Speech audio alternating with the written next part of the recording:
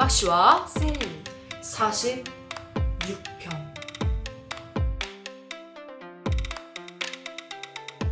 아직 딸이 유치원에 다닐 무렵에 아내가 음성 키보드를 딸에게 사주었어요.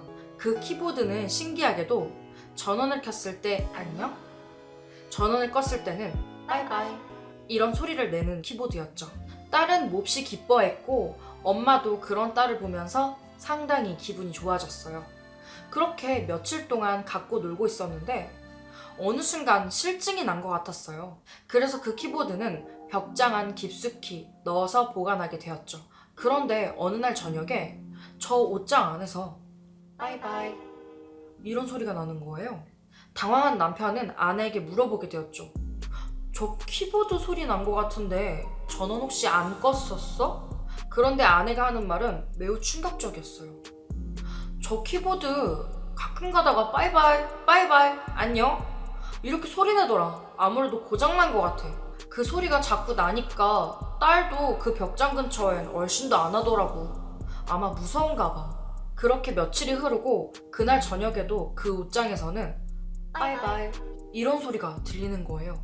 그 소리를 듣자마자 딸은 울어버리게 되었죠. 아내가 그 소리를 듣고 된통 화를 내는 바람에 안 되겠다, 저 키보드를 해체해야겠다 싶어서 옷장을 열게 되었죠.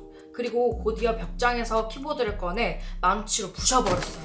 그 후에 타지 않는 쓰레기 봉지에다 넣어두고 쓰레기를 버리는 날에 내다 버리게 되었죠. 사실 제가 키보드를 산산조각 낸 건 다른 이유가 있었어요. 처음 드라이버로 배터리 커버를 열고 배터리를 뽑았는데 그 순간 키보드에서 바이바이 이런 소리가 난 거예요. 그러니까 배터리를 뽑았는데 바이바이 이런 소리가 난 거죠. 그래서 저는 너무 무서운 공포감에 그 키보드를 부셔버리게 되었답니다. 왕따를 심하게 당하는 아이가 있었어요. 그 아이의 엄마는 보다 못해 그 아이를 다른 학교로 전학시키게 되었죠. 새로운 학교에서는 부디 좋은 친구 많이 사귀고 재밌게 놀다 오렴? 하고 이렇게 배웅을 해주었어요. 그런데 새로 전학간 학교에서도 아이들이 너무 심하게 괴롭히는 거예요. 물건을 훔쳐간다든지 밤에 전화를 건다든지. 하지만 또 엄마에게 걱정을 끼쳐드릴 수가 없어서 비밀로 하고 있었어요. 그러던 어느 날 일이 터져버렸죠. 이 아이가 학교에 갔는데 책상에 알 수 없는 문양들이 그려져 있는 거예요. 마치 너무 끔찍해서 저주의 주술 같은 느낌이었어요. 그걸 본 이 아이는 너무 충격을 받아 결국 손목을 그어 자살을 하게 되었죠.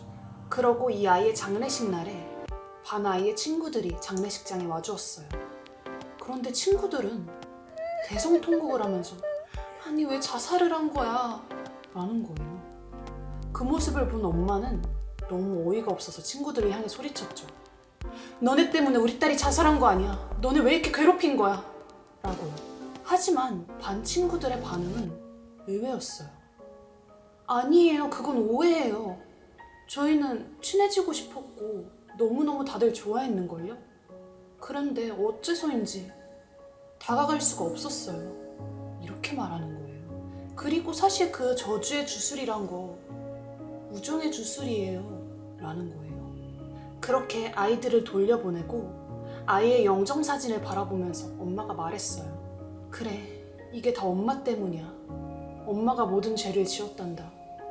사실 어렸을 때 엄마는 친구의 남자친구를 뺏고 싶었어. 그래서 우정의 주술이라 거짓말치고 저주의 주술을 퍼부었지. 그렇게 그 친구의 남자친구를 뺏었고 그 사람이 너의 아버지란다. 이것 때문에 분명 내가 벌을 받는 걸 거야. 라고 엄마는 말했죠. 그리고 반 친구들은 집에 돌아가면서 자기네들끼리 얘기를 했어요. 그런데 그 우정의 주술 말이야. 사실 찾아보니까 저주의 주술이 맞더라고. 우리가 진짜 걔한테 나쁜 짓을 했던 걸지도 몰라. 난 정말 친해지고 싶었던 건데. 그러자 다른 아이가 말했어요. 근데 그 주술 누가 알려준 거지? 그거 아마 담임 선생님이 가르쳐 주신 걸 텐데? 그러자 같이 나란히 걷고 있던 담임 선생님이 싸늘하게 말했어요. 맞아. 옛날 친구한테 배운 저주의 주술이란다. 그러니까 담임 선생님이 이 죽은 아이의 엄마의 친구였던 거죠.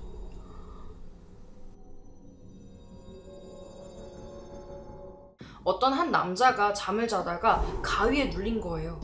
가까스로 눈을 떠봤는데 눈앞에는 전 여자친구가 그 남자의 목을 조르고 있었어요. 그리고 그 전 여자친구에게서는 차가운 물방울들이 똑똑똑 떨어지고 있는 거예요. 사실 그 전 여자친구는 작년에 바다에 빠져서 죽게 된 여자친구거든요.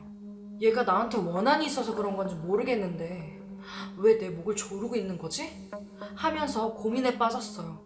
그런데 그 순간 그 여자친구가 손을 쓱 풀더니 그 남자의 배를 사정없이 파는 거예요.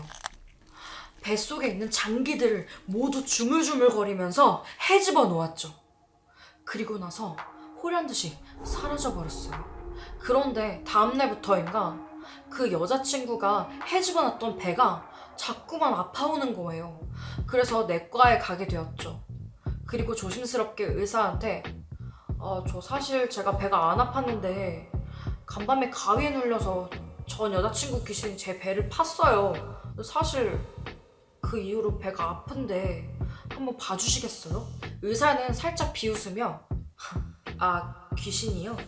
귀신 보고 병원에 오셨다는 거죠? 이런 식으로 얘기를 하고 대충 보고 넘기게 되었어요. 간단한 내과 약 처방을 받고 나서 그 남자는 다시 집으로 가게 되었죠. 그런데 그날 밤에도 그 여자 귀신이 나와서 배를 마구마구 파는 거예요. 역시나 다음날은 더욱더 배가 아프게 되었죠. 남자는 다시 그 내과로 가게 되었고 그 배 쪽의 통증을 얘기하면서 귀신 얘기를 하게 되었어요. 의사는 아리송하다는 표정으로 차라리 그러시면 큰 병원으로 가셔서 MRI를 찍어보시는 게 어떨까요? 라고 권하게 되었어요. 그 남자는 알겠다고 얘기하고 큰 병원으로 가서 정밀검사를 받아보게 되었어요. 그런데 결과가 아주 충격적이었어요. 결과는 췌장암 초기.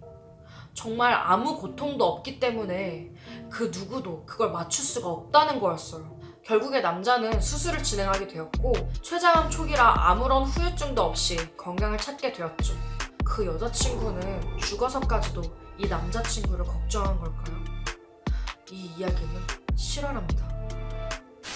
지금부터 무혐의 타임! 이 이야기는 디오님께서 댓글로 제보해주신 무서운 이야기입니다.